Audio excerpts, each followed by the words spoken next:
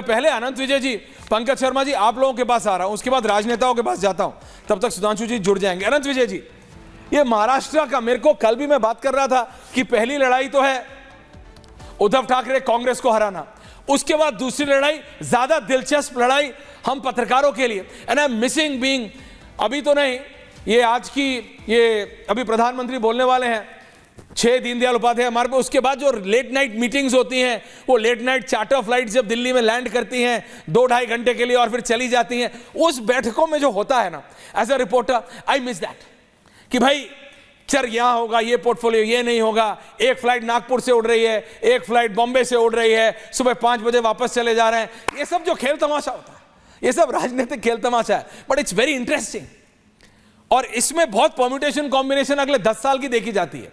Anand ji with graphics, आपको क्या लग रहा है आनंद जी? अनंत विजय जी। ऐश्वर्य जी, मुझे आपने जो फॉर्मूला, पहला वाला फॉर्मूला दिया है, वो बहुत ही अच्छा लग रहा है, और मुझे लग रहा है कि उसी पर काम हो रहा होगा। मेरी किसी से बात नहीं हुई है, लेकिन उसमें प्रामाणिकता भी लगती है, और उसमें दूरदर्शिता भी है, और उसमें महाराष्ट्र में बीजेपी के अपने पार्टी का एक नेतृत्व खड़ा करने की योजना का फलीभूत होना भी है।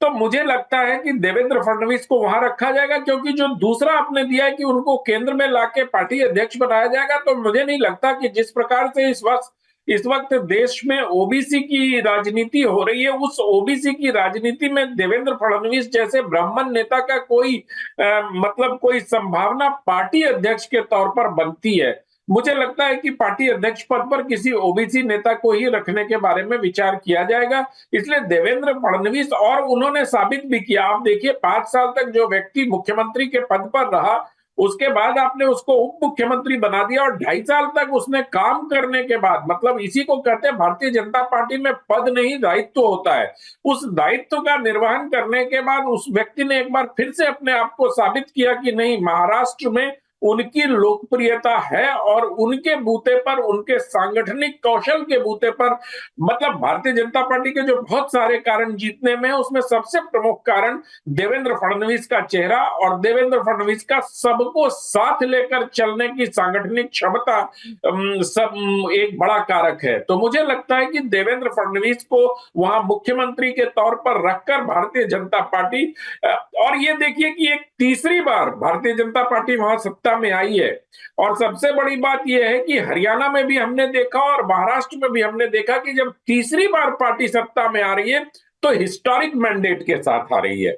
दूसरी बार जहां आ रही है वो कम बहुमत से आ रही है, लेकिन जब तीसरी बार रिपीट हो रही है, हरियाणा में भी सबसे ज्यादा सीट और सबसे ज्यादा वोट परसेंटेज के साथ आई, महाराष्ट्र में भी तीसरी बार सबसे ज्यादा वोट और परसेंटेज और सबसे ज्यादा सीट के साथ आई। तो मुझे लगता है, और देवेंद्र फडणवीस अभी युवा है, उनकी बड़ी सारी लंबी राजनीतिक पारी अभी बची हुई है, ऐसे में जो आप पहला फॉर्मूला सुझा रहे हैं, मुझे लगता है कि भारतीय जनता पार्टी को उसी के आधार पर जाना चाहिए, उसमें लॉजिक भी है और उसमें पार्टी का भविष्य भी है। ये अनंत विजय जी, बाकी सारी बात मैंने आपकी मान ली, देवेंद्र फडणवीस महाराष्ट्र के मुख्यमंत्री 99% बनेंगे, मैं मानता हूं, लेकिन ये पंकज जी भी और आज आप भी, ये जो आप युवा की जो डेफिनेशन है, ये बीजेपी के लिए भी कांग्रेस के लिए भी, ये कौन सी डेफिनेशन है मुझे भी बताओ। मेरे को तो खुद अपने आप को, मेरे को लगता है कि मैं बूढ़ा हो गया। आप नहीं, ये कांग्रेस कहती थी ऐसे राहुल गांधी को युवा युवा, ये आप देवेंद्र मैं आपसे ऐसी ऑन अ लाइटर नोट पूछ रहा हूं। सुधांशु जी भी आ गए, सुधांशु जी भी उस हिसाब से युवा सांसद हुए, लेकिन please don't take it personally all of you, मैं सिर्फ ऐसे पूछ रहा हूं ये कौन सा मापदंड है? ये वाला मापदंड मेरे को अपने पे भी चाहिए, ये वाला मापदंड मेरे को अपने पे भी चाहिए, पत्रकारों पे भी चाहिए, ये लाइए। ऐश्वर्य जी 54 साल में अगर राहुल गांधी युवा हो सकते हैं, तो सुधांशु त्रिवेदी जी युवा सांसद क्यों नहीं हो सकते? बिल्कुल। आप देखिए कि 54 साल में आप राहुल गांधी, देखिए चेहरा चमक रहा है सुधांशु जी का, और 47 साल की स्मृति ईरानी को आप दीदी करते हो, तो युवा की डेफिनेशन तो राहुल गांधी जी से तय होती है भाई। Absolutely, the man doesn't age. Sudhanshu ji और रत्नाकर जी दोनों युवा हैं। बहुत बढ़िया, आप सब युवा हैं, मैं तो अभी बस अभी पैदा हुआ हूं। Very good. पंकज शर्मा जी को ऑडियो नहीं जा रहा है, मेरी टीम ऑडियो को ठीक करे, पंकज जी का ऑडियो मल्टी रखिए, सुधांशु जी का ऑडियो जल्दी से कनेक्ट करिए। मैं सिर्फ ये कह रहा हूं, रत्नाकर त्रिपाठी जी, तब तक अजीज खान साहब आपको ऑडियो आ रहा है, सुधांशु जी का ऑडियो जैसे ही कनेक्ट हो मेरे को बताओ।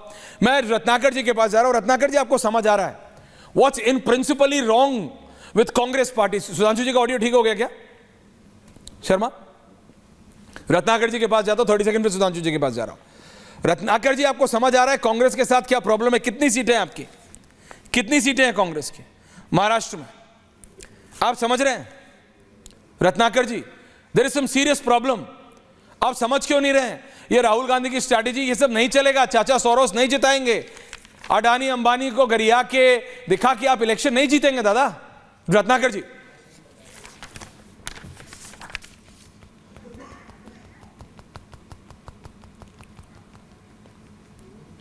रत्नाकर जी, सबके साथ मेरे अलावा सबकी ऑडियो ठीक नहीं है। बिल्कुल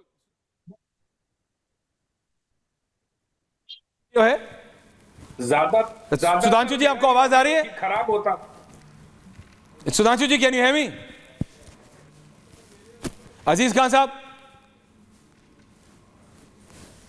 मैं अपने दर्शकों से माफी चाह रहा हूं जी। आवाज आ रही सर आपकी? जी बिल्कुल, मैं अपने दर्शकों से माफी कह रहा हूं। All my guest off, when Sudhanshu ji is ready then I will go. All my guest off, thank you very much.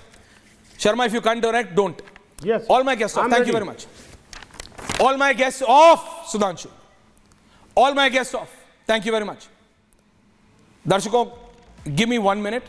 Sudhanshu ji and everyone will be ready. मैं सिर्फ इतना कह रहा हूं आपसे दर्शकों, ये टेक्निकल प्रॉब्लम्स होती रहती है। लाइव विजुअल्स मेरे को बीजेपी हेडक्वार्टर से दीजिए। ये जो आप देख रहे हैं, प्रधानमंत्री नरेंद्र मोदी अभी आएंगे, प्रधानमंत्री नरेंद्र मोदी आएंगे, आपको ये लाइव विजुअल्स मिल रहे हैं, ये हमने हर बार देखा है। लेकिन ये जो प्रॉब्लम है, शर्मा, मैंने आपसे नहीं पूछा वहां से अनामिका थ्रू है कि नहीं है, सुधांशु त्रिवेदी थ्रू है कि नहीं है, रत्नाकर त्रिपाठी थ्रू है कि नहीं है, मुझे यह बताओ। विश्व के एकमात्र नेता, ये जो आप देख रहे हैं, ये हर बार होता है। बीजेपी जीतती है, लेकिन एक चीज और होती है, वो ये है कि कांग्रेस हर बार हारती है और हर बार इलेक्शन कमीशन को जिम्मेदार ठहराती है। इस बार तो अमेजिंग हो गया, सुधांशु जी की पार्टी इलेक्शन जीती भी नहीं थी, बीजेपी इलेक्शन जीती भी नहीं थी, ये सब की तैयारियां शुरू भी नहीं हुई थी, और 24 घंटे पहले हमारे मध्य में सुधांशु जी 24 घंटे पहले विपक्ष के नेता बोलने लगे थे कि देखो भाई, बीजेपी जीतने वाली है, ईवीएम और इलेक्शन कमीशन की गलती है। और वही हुआ। खासकर हमारे राष्ट्र 9:22 पे पहला रुझान इलेक्शन कमीशन का आया और 1.5 घंटे के अंदर क्लैरिटी हो गई थी। कांग्रेस पार्टी की तरफ से आ गया था ऑफिशियल की ईवीएम ने जिताया है। झारखंड में क्या हुआ उस पर नहीं बोलेंगे, लेकिन महाराष्ट्र पे बोलते हैं कि ईवीएम और इलेक्शन कमीशन ने आपको जिताया है। सुधांशु त्रिवेदी। ऐश्वर्य जी, देखिए, मुझे लगता है कि चुनावों को गंभीरता से लेना चाहिए। मुंबई देश की आर्थिक राजधानी तो है ही, क्रिकेट की भी राजधानी है। वो गली मोहल्ले के क्रिकेट खेलने वाले बच्चों की तरह नहीं लेना चाहिए कि मैं बैटिंग करूंगा तो ठीक है और मैं आउट हो जाऊंगा तो या तो पिच खराब है या बैट खराब है या गेंद में कोई खराबी थी।